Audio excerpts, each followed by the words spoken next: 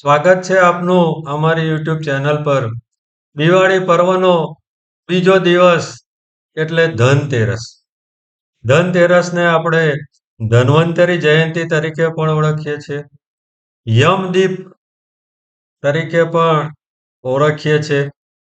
આ દિવસે દરેકના ઘરમાં દીવો પ્રગટે, નવી ખરીદી થાય, સાથે સાથે સૌ સમૃદ્ધિ માટે પ્રાર્થના કરે છે. પરંતુ શું આપણે જાણીએ છીએ કે આ દિવસ નો સાચો અર્થ માત્ર ધન કમાવાનો નથી, પરંતુ ધન અને આરોગ્ય વચ્ચેનું સંતુલન રાખવાનો પણ દિવસ છે. ધન એટલે કે સમૃદ્ધિ અને તેરસ એટલે કે ત્રયોદશી. ધનતેરસનો તહેવાર એ હિન્દુ પંચાંગ મુજબ આસો માસની વદ પક્ષની તેરસના દિવસે આવે છે. આ દિવસે એ સમુદ્ર મંથનમાંથી ભગવાન વિષ્ણુનું એક સ્વરૂપ એવા ધન્વંતરી દેવતા તેમની સાથે અમૃત કળશની સાથે પ્રગટ થયા હતા. એટલા માટે થઈ અને આ દિવસને આપણે ધન્વંતરી જયંતી પણ તરીકે પણ ઓળખીએ છીએ. ધન્વંતરી દેવતાનો વંદન માટેનો શ્લોક છે. નમામિ ધન્વંતરી માદી દેવમ સુરા અસુરા વેદિતમ પાદપદ્મમ લોકે જરા રૂગમય મૃત્યુનાશમ દાતારમીશમ વિવિધ ઔષધિ નામ.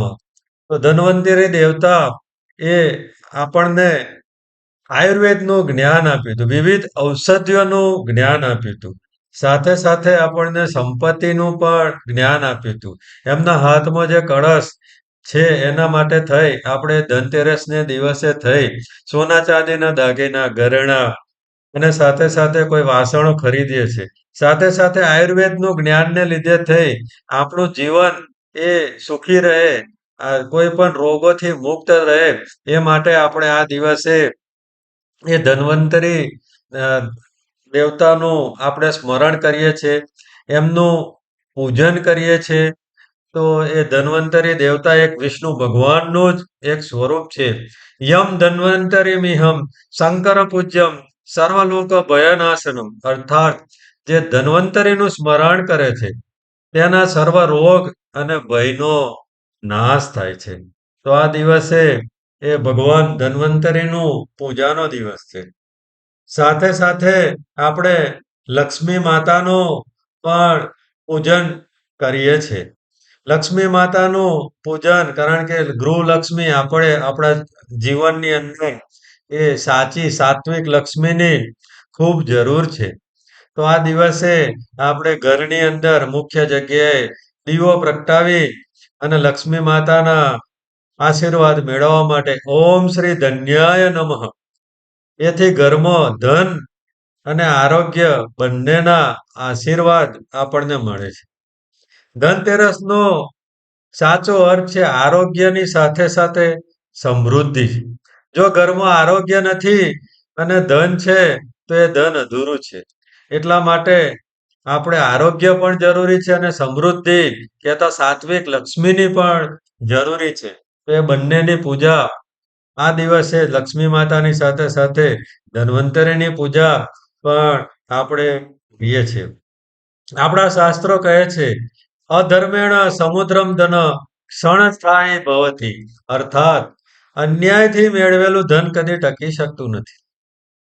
ધનતેરસ આપણને શીખવે છે સાચી સમૃદ્ધિ એ ધર્મ, પરિશ્રમ અને સદ્ભાવનાથી મેળવી શકાય છે અને એ દ્વારા જ મેળવેલું ધન એ આપણને કામ આવવું જોઈએ. આ દિવસે આપણે વિચારવું જોઈએ કે શું મારું ધન અન્યના હિતમાં હું કેવી રીતે વાપરી શકું? શું મારા ધનથી કોઈનું જીવન કેવી રીતે પ્રકાશિત કરી શકું? જો તમે આવું કંઈક કરી શકો છો, તો તમારું ધન એ પવિત્ર ધન છે. રાજા હરિશ્ચંદ્રએ પણ પોતાનું રાજ્ય ગુમાવ્યું, સર્વસ્વ ધન ગુમાવ્યું, પણ સત્યનો ત્યાગ ના કર્યો એટલા માટે થઈ અને ઈશ્વરે તેમને ધન, આરોગ્ય અને ગૌરવ આપ્યું. આ વાત આપણને બતાવે છે કે ધનને સાચવવા સત્ય અને ધર્મની જરૂર છે.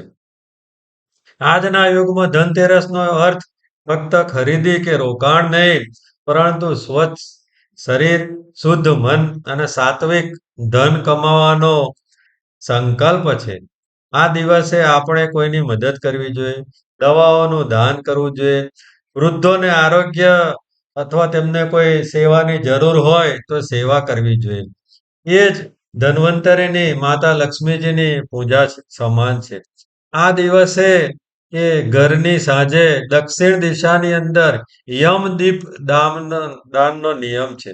દક્ષિણ દિશાની અંદર દીવો કરવાથી યમરાજાને દીવો કરવાથી અકાળ મૃત્યુનો ભય એ જીવનમાં ટળી જાય છે. તો એક તહેવાર એ આપણને ત્રણ પૂજન કે ભાઈ ધન્વંતરી દેવતા જે આપણને આરોગ્ય આપે છે. માતા લક્ષ્મીજી એની પૂજા કરવાથી આપણને સાત્વિક શુદ્ધ લક્ષ્મીની પ્રાપ્તિ થાય છે. અને યમદીપ દાનથી આપણને અકસ્માતે કહેતા કારણ વગરનું મૃત્યુનો ભય આપણને ટળે છે. તો આ ધનતેરસનો ત્રિવેણી સંગમ આપણને શીખવે છે કે ધન, ધર્મ, આરોગ્ય અને આનંદ વચ્ચેનું સંતુલન આપણે જાળવી રાખવું જોઈએ. આગામી એપિસોડની અંદર આપણે કાળી ચૌદશ કહેતા અંધકાર પર પ્રકાશનો વિજય એ વિષય પર માહિતી મેળવીશું. ત્યાં સુધી સર્વેને જય માતાજી, જય શ્રી કૃષ્ણ. ઓમ નમઃ પાર્વતી પતય હર હર મહાદેવ.